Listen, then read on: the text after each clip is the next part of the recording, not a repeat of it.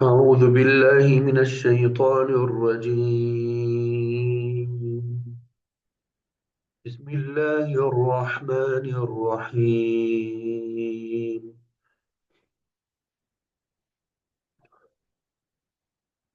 ويوم نحشر من كل أمة فوجا ممن يكذب بآياتنا فهم يوزعون حتى إذا أتوا على واد النمل قالت نملة يا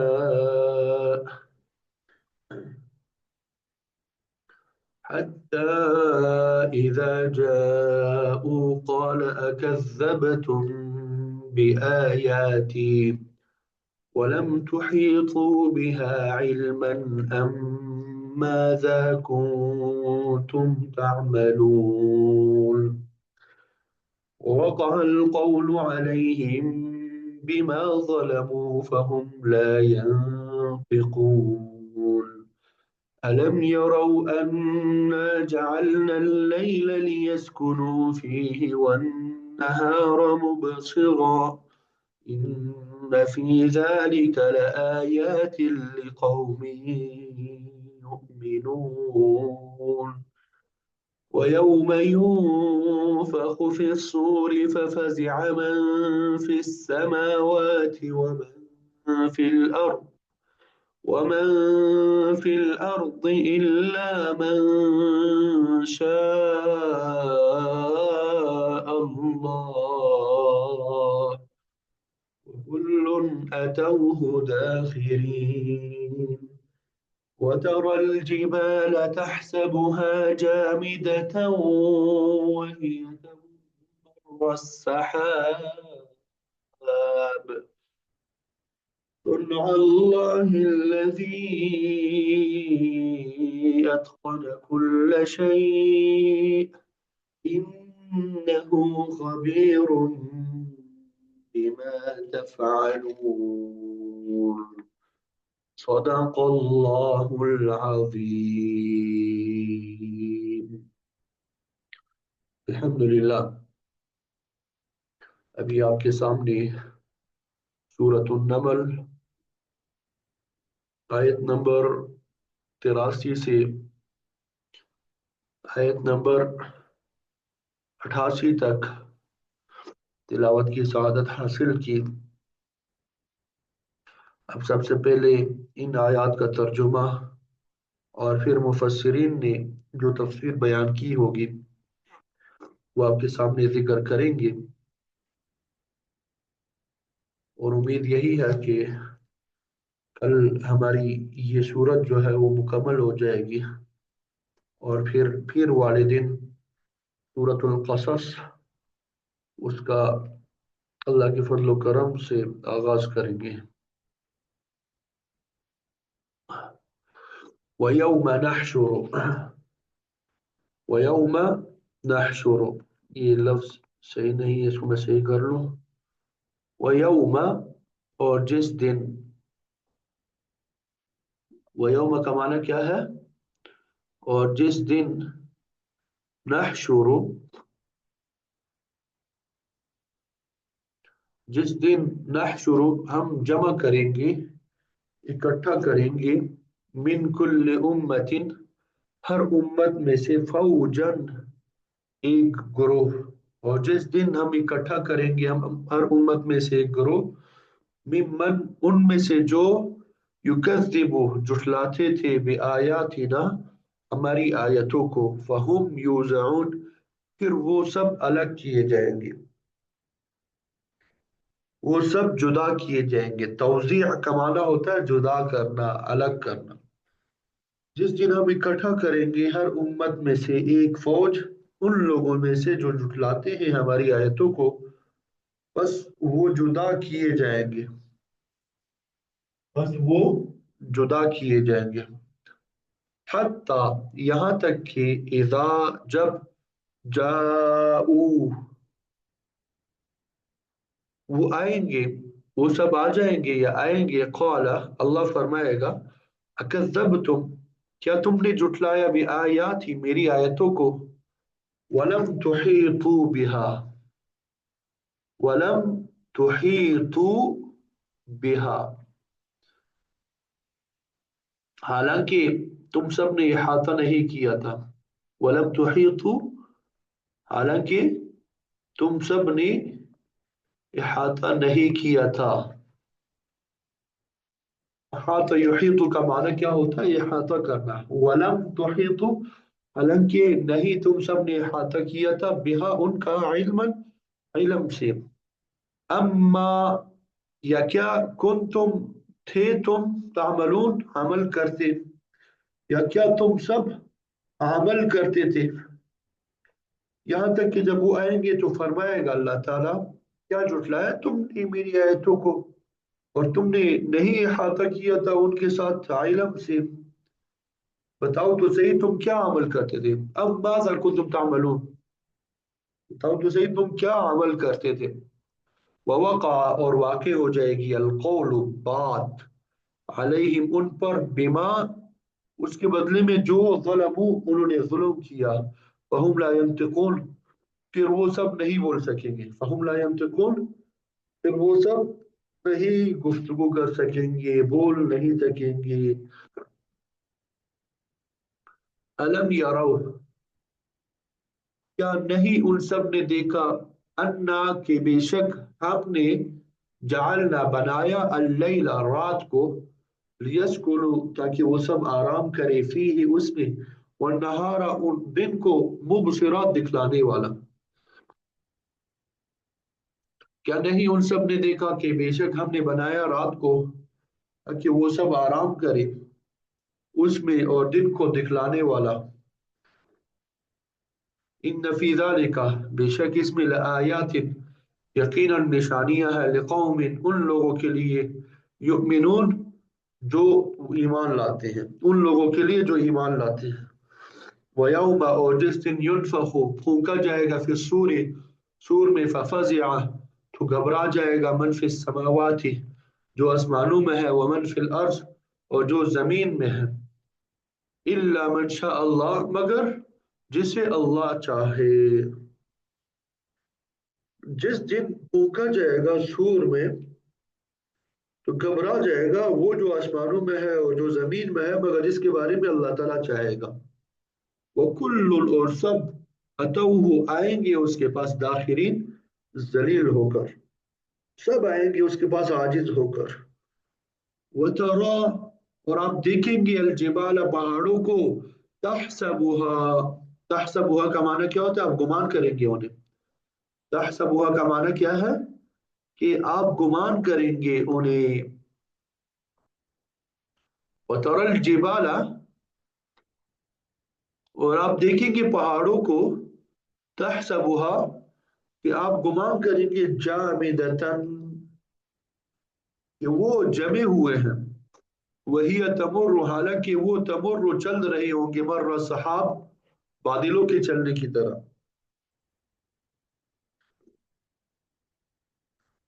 اور دیکھے گا تو پہاڑوں کو، گمان کرے گا ان کو جمے ہوئے، حالانکہ وہ چلیں گے بادلوں کے چلنے کی طرح، کن اللہ اللہ تعالیٰ کی کاریگری ہے یہ، الذی جس نے اتقنا پختہ بنایا، کل شیء ہر چیز کو، انہ بے شک وہ، خبیر باخبر ہے، بما تفعلون اس سے جو تم عمل کرتے ہو، جو تم سب کرتے ہو، وہ ضرور خبر رکھتا ہے ان کاموں کی جو تم کرتے ہو۔ یہ ترجمہ سمجھ میں آ گیا سب کو؟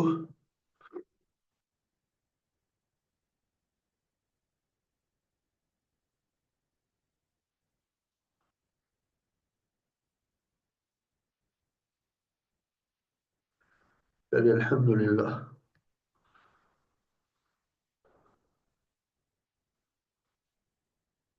اب ان آیات کی تفسیر آپ کے سامنے بیان کرتے ہیں۔ تو गुज़श्ता आयात में अल्लाह ताला की सिफ़ात, तौहीद का मसला और आमाल के जजा और बदले का जिक्र हुआ था। अल्लाह ताला ने अपने नबी को तसल्ली देते हुए फरमाया कि इनादी और ज़िद्दी लोगों के ईमान कबूल करने की तवक्को ना रखे। ये तो इन चीज़ों पर उस वक्त ईमान लाएंगे जब कुर्ब क़यामत में दाब्बतुल अर्ज़ का ज़ुहूर होगा। उस वक्त मुनकिरीन मजबूरन ईमान लाएंगे,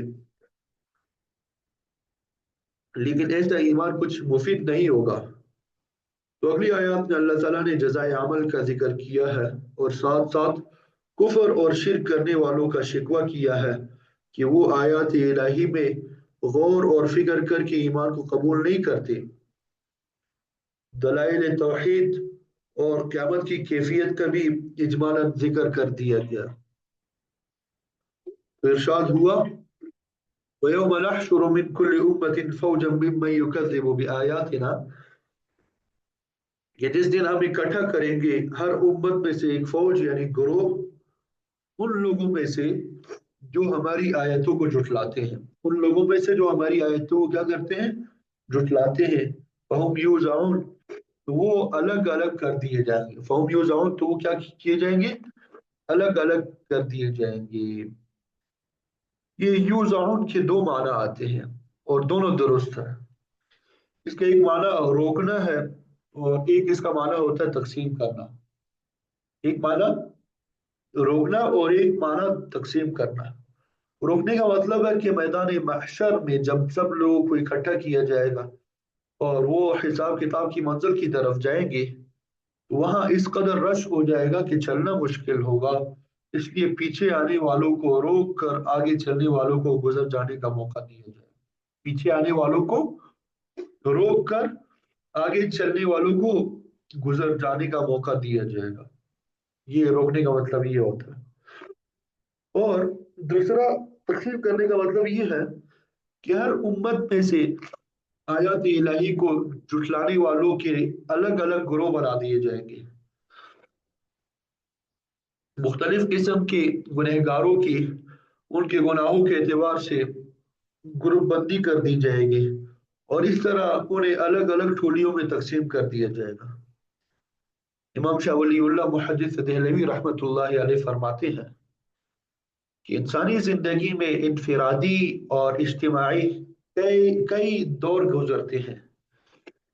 जब बच्चा माँ के पेट में होता है ये उसकी इनफिरादी जिंदगी होती है।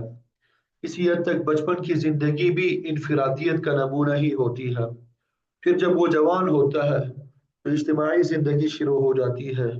कोई काम सीखता है, तालीम हासिल करता है, तो इज्तिमाई सोसाइटी का मेंबर बन जाता है। उसे दूसरों के साथ मिलकर वक्त गुजारना होता है। फिर उसकी शादी होती है, बीवी बच्चे और रिश्तेदारियां कायम होती है, कारोबार करता है, सनअत और हिरफत का पेशा इख्तियार करता है या मुलाजिम हो जाता है, बज़ औक़ात हुकूमती उमूर में शामिल होता है। तो ये सब काम उसकी इज्तिमाई जिंदगी पे दलालत करते हैं।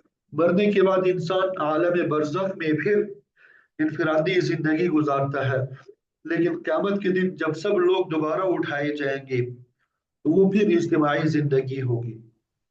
यहाँ उसी जिंदगी का जिक्र हो रहा है कि जब हम हर उम्मत के मुकज़्ज़िबीन में से लोगों को ग्रोह दर ग्रोह इकट्ठा करेंगे, यानी हर नौइयत के गुनहगार को अपने अपने ग्रोह में तकसीम कर दिया जाएगा और इसी तरह नेकोकारों को भी उनकी नेकी के एतबार से मुख्तलिफ जमातों में तकसीम कर दिया जाएगा। तो फिर इज्तिमाई अहकाम जारी होने लगेंगे। जब ये गिरोह बंदी मुकम्मल हो जाएगी तो हर जमात को अल्लाह ताला की अदालत में पेश किया जाएगा। हत्ता इज़ा जाऊ, यहाँ तक कि जब जुटलाने वालों की जमात अल्लाह की बारगाह में आएगी, क़ाल अकज़्ज़ब्तुम बिआयाती, तो अल्लाह ताला उनसे सवाल करेगा क्या तुमने मेरी आयतों को जुटलाया था। वलम तुहीतू बिहा इल्मा, और तुमने उन आयत के इल्म का इहाता नहीं किया था। तुमने मेरी आयतों को देखे, समझे और उन पर अमल करने की कोशिश किए बगैर उनको झुठलाना शुरू कर दिया। तुमने ना तो मेरे भेजे हुए अंबिया की बात सुनी, ना उनकी लाई हुई शराय में गौर और फिक्र किया, और ना आसमानी किताबों की तरफ तवज्जो की। भला बताओ तो सही, अम्माज़ा कुन्तुम तामलून, तुम दुनिया में क्या कुछ करते रहे। उस वक्त उनसे कुछ जवाब नहीं बन पाएगा। ववक़अल क़ौलु अलैहिम बिमा ज़लमू, और उन पर बात वाक़ई हो जाएगी, यानी उनका जुर्म जो है वो साबित हो जाएगा, उनके जुल्म की वजह से उन पे गिरफ्त हो जाएगी। उन्होंने जिंदगी भर तौहीद का इनकार किया, अल्लाह के नबी अल्लाह के नबियों और आसमानी किताबों की तकजीब की, कुफर, शिरक और मासी में मुब्तला रहे, क़यामत और मुहासबे आमाल का मजाक उड़ाया। ये सब जुल्म था जिसकी वजह से वो पकड़े गए।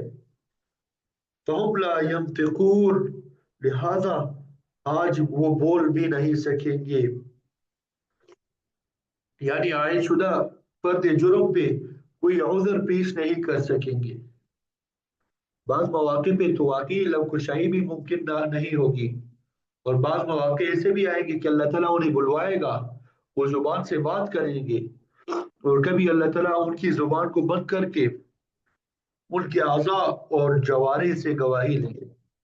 तो बहरहाल अल्लाह ताला ने झुटलाने वालों का शिकवा किया है कि देखो, ये लोग अल्लाह ताला की वाज़ेह निशानियां देखकर इनमें जरा बर भी गौर और फिक्र नहीं करते, ताकि अल्लाह ताला की वहदानियत को समझ सके। इरशाद होता है, अलम यरौ अन्ना जअलना अल-लैला लियस्कुनू फीही वन-नहारा मुबसिरा। कहा उन्होंने कहा कि उन्होंने नहीं देखा, अलम यरौ, उन्होंने नहीं देखा, अन्ना जअलना अल-लैला लियस्कुनू फीही, कि हमने रात को इसलिए बनाया है कि ये उसमें आराम कर सके, और दिन भर काम काज करके जब लोग थक जाते हैं, उनकी कुव्वतें तहलील हो जाती है, तो रात आ जाती है, इसके दौरान वो आराम करके अपनी कुव्वतें बहाल करते हैं। क्या करते हैं? अपनी कुव्वतें बहाल करते हैं, और अगले दिन की मसरूफियात के लिए ताज़ा दम हो जाते हैं। अल्लाह ताला ने रात की वजह ही ऐसी बनाई है कि तमाम इंसान और तमाम दूसरे जानदार रात के वक्त सुकून पकड़ते हैं। वन्नहार मुबशिरा, और हमने दिन को देखने वाला बनाया, रात की तारीकी को खत्म करके दिन की रोशनी का इंतजाम किया, ताकि लोग उस रोशनी में देखकर अपना कारोबार जारी रख सके। जब वो दिन भर काम काज करके थक जाते हैं, तो फिर रात आ जाती है, और ये निज़ाम इसी तरह चलता रहता है। दिन रात का ये तगय्युर और तबद्दुल अल्लाह ताला की वहदानियत की दलील है। अगर इंसान सिर्फ एक इसी निशानी में गौर और फिक्र कर ले, तो वो समझ सकता है कि इतने बड़े निज़ाम को चलाने वाला सिर्फ अल्लाह ताला है। वो नबियों की रिसालत को समझ सकता है, और ये भी जान सकता है कि नींद मौत की साथी है। जिस तरह इंसान हर रोज नींद से बेदार होता है, इसी तरह मरने के बाद क़यामत वाले दिन फिर उठ खड़ा होगा, और इसी तरह वो बेस बाद मौत पर भी ईमान ला सकता है, यानी मरने के बाद दोबारा जिंदा होने पर भी ईमान ला सकता है। तो फरमाया, इन्न फी ज़ालिका लआयातिन लिक़ौमिन युमिनून, बेशक इसमें निशानियां हैं उन लोगों के लिए जो ईमान रखते हैं। अहले ईमान तो शब रोज की अदला बदली से ही अल्लाह ताला की तौहीद को समझ जाते हैं, उसकी इबादत करते हैं, उसकी नेमतों का शुक्र अदा करते हैं, कुफर और शिर्क से बाज रहते हैं। नींद से फिर बेदार हो जाना, ये बेस बादल मौत का एक नमूना है। इसीलिए आप सल्लल्लाहु अलैहि वसल्लम ने बाज दुआएं भी सिखाई है। इंसान जब रात को सोने के लिए बिस्तर पे जाने लगे, तो उसे यूं कहना चाहिए, अल्लाहुम्मा बिस्मिका अमूतु व अहया, कि ए अल्लाह, मैं तेरे ही नाम पे मरता हूँ और तेरे ही नाम पे जिंदा होता हूँ।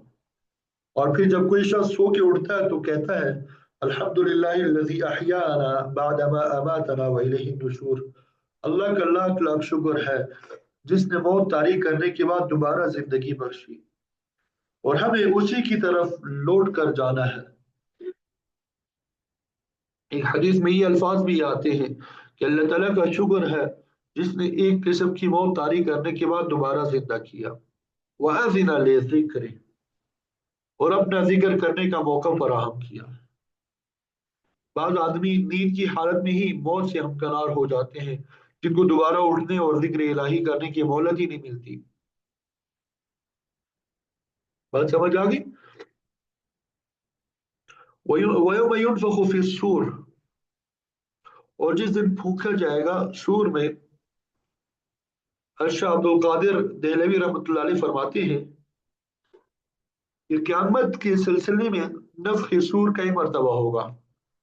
سور میں پھونکا جانا یہ کیا ہوگا؟ کئی مرتبہ ہوگا۔ پہلی دفعہ سور پھونکا جائے گا تو ساری مخلوق جو ہے وہ مر جائے گی، پھر دوسری مرتبہ پھونکا جائے گا تو ساری مخلوق دوبارہ اٹھ جائے گی، اور تیسری دفعہ سور پھونکنے پہ لوگ گھبرا جائیں گے، چوتھی دفعہ پھر بے ہوش ہو جائیں گے، اور پانچویں دفعہ سور پھونکنے پہ پھر ہوش میں آ جائیں گے۔ اسی طرح گویا بار بار سور جو ہے وہ پھونکا جائے گا۔ البتہ جمہور مفسرین فرماتے ہیں کہ سور جو ہے صرف 2 دفعہ پھونکا جائے گا۔ پہلا سور تمام چیزوں کو فنا کر دے گا، اس سے سور پہ ہر چیز پہ گھبراہٹ اور بے ہوشی طاری ہو جائے گی، حتیٰ کہ روحیں جو ہے وہ بھی بے ہوش ہو جائیں گی۔ اس کے بعد جب دوبارہ سور پھونکا جائے گا تو لوگ محاسبہ اعمال کے لیے اٹھ کھڑے ہوں گے۔ ان دو سوروں کے درمیان کچھ وقفہ ہوگا۔ بعض کہتے ہیں کہ جب اسرافیل علیہ السلام سور پھونکے گا تو ملائکہ مقربین کے علاوہ ہر چیز فنا ہو جائے گی۔ اس کے بعد اللہ تعالیٰ جبرائیل، میکائیل، اسرافیل اور اسرائیل علیہ السلام پہ خود موت طاری کرے گا، اور پھر صرف اللہ تعالیٰ کی ذات باقی رہ جائے گی۔ اس وقت اللہ تعالیٰ کا اعلان ہوگا لمن الملک اليوم للہ الواحد القہار، آج بادشاہی کس کی ہے؟ پھر خود ہی اللہ تعالیٰ فرمائے گا کہ آج حکومت صرف ایک اللہ کی ہے جو قہار بھی ہے۔ تو جس دن سور پھونکا جائے گا فَفَزِعَ مَن فِي السَّمَاوَاتِ وَمَن فِي الْأَرْضِ، تو گھبرا اٹھیں گے وہ جو آسمانوں میں ہے اور جو زمین میں ہے، الا من شاء اللہ، سوائے اس کے جسے اللہ چاہے۔ یعنی اللہ تعالیٰ اپنی مشیت کے مطابق جسے چاہے گا اس گھبراہٹ سے مستثنا کر دے گا، اور اس پر گھبراہٹ طاری نہیں ہوگی۔ حدیث شریف میں آتا ہے کہ آپ صلی اللہ علیہ وسلم نے فرمایا مذکورہ گھبراہٹ کے عالم میں دیکھوں گا کہ موسیٰ علیہ السلام اللہ تعالیٰ کے عرش کا پایا پکڑ کے کھڑے ہیں، میں نہیں جانتا کہ وہ مجھ سے پہلے ہوش میں آ چکے ہیں یا ان پر بے ہوشی طاری ہی نہیں ہوئی، کیونکہ یہ بے ہوشی ان پہ دنیا میں طاری ہو چکی ہے۔ جب موسیٰ علیہ السلام نے اللہ تعالیٰ سے اپنے دیدار کی درخواست کی تو اللہ تعالیٰ نے فرمایا تو نہیں دیکھ سکتا۔ پھر جب اللہ تعالیٰ نے اپنی تجلی ٹھور پہ ڈالی وخر موسیٰ صعقا، تو موسیٰ علیہ السلام بے ہوش ہو کے گر پڑے۔ لہذا قیامت کے دن اللہ تعالیٰ ان کو بے ہوشی سے معمون رکھے گا۔ تو بہرحال فرمایا کہ زمین اور آسمان کی ہر چیز پہ گھبراہٹ طاری ہوگی سوائے اس کے جسے اللہ چاہے۔ وَكُلٌّ أَتَوْهُ دَاخِرِينَ، اور سب کے سب اللہ تعالیٰ کے سامنے ذلیل ہو کے آئیں گے۔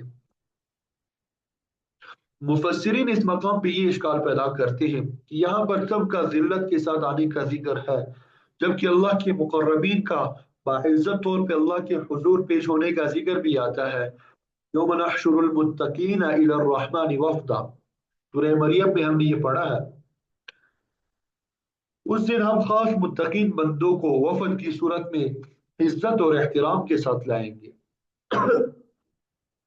اس کے جواب میں مفسرین فرماتے ہیں کہ ذلت 2 قسم کی ہوتی ہے۔ ایک ذلت تو معصیت کی وجہ سے ہوتی ہے جس میں عام لوگ مبتلا ہوں گے اور ذلیل ہو کے اللہ کے سامنے پیش ہوں گے، اور دوسری ذلت عبودیت کی ہوتی ہے جو کہ انبیاء علیہ السلام اور دیگر مقربین کا خاصہ ہے۔ تو اللہ تعالیٰ کے نیک بندے عبودیت کے ساتھ پیش ہوں گے۔ تو فرمایا کہ جس دن سور پھونکا جائے گا وَتَرَى الْجِبَالَ تَحْسَبُهَا جَامِدَةً وَهِيَ تَمُرُّ مَرَّ السَّحَابِ، تو پہاڑوں پہ نگاہ ڈالے گا تو पहाड़ों पे निगाह डालेगा, उन्हें जामिद गुमान करेगा, हालांकि वो बादलों की चाल चलते होंगे, बादलों की चाल चलते होंगे। यानी जिस तरह बादल फजा में तैर रहे होते हैं, उसी तरह पहाड़ भी तैरते होंगे। उनकी पुख्तगी और बोझलपन खत्म हो जाएगी और वो तिनकों की तरह उड़ते होंगे। सूरह तहा में आता है, वयसअलूनका अनिल जिबाल फकुल यनसिफुहा रब्बी नस्फा। ये लोग आपसे पहाड़ों के बारे में सवाल करते हैं, तो आप उनसे कह दे कि हजारों मील में फैले हुए इन पहाड़ों को मेरा परवरदिगार रेजा रेजा कर देगा और गर्द गुबार बना के उड़ा देगा।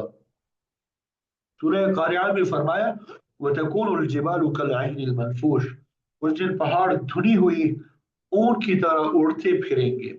सूरह वाक़या में भी आता है, जब क़यामत वाक़ हो जाएगी, वह बुस्सतिल जिबालु बस्सा फकानत हबाअन मुंबस्सा, तो पहाड़ों को बखेर दिया जाएगा और वो बारीक जर्रात की तरह मुंतशिर हो जाएंगे। सुन अल्लाह कुल्ल शै, ये अल्लाह ताला की कारीगरी है, ये अल्लाह ताला की कारीगरी है। इसने हर चीज को अपनी अपनी जगह पे मजबूत और मुस्तहकम बनाया है। जब तक कायनात का मौजूदा निज़ाम कायम है, ये चीजें इसी तरह कायम रहेंगी।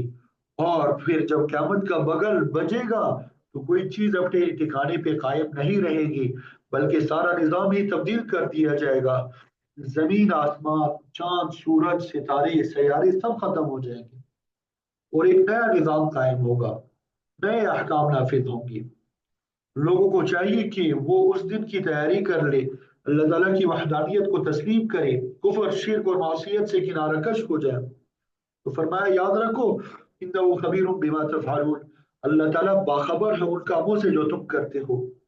वो तुम्हारी नेकी बदी तहारत नजासत अकीदे की पुख्तगी और बद एतकादी खुश अमली और बदअमली हर चीज से वाकिफ है, फिर उसी के मुताबिक जजा या सजा का फैसला कर लेगा।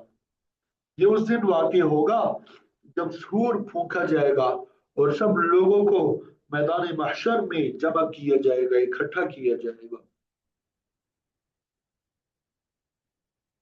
अल्लाह ताला हम सबको अमल की तौफीक नसीब फरमा दे। और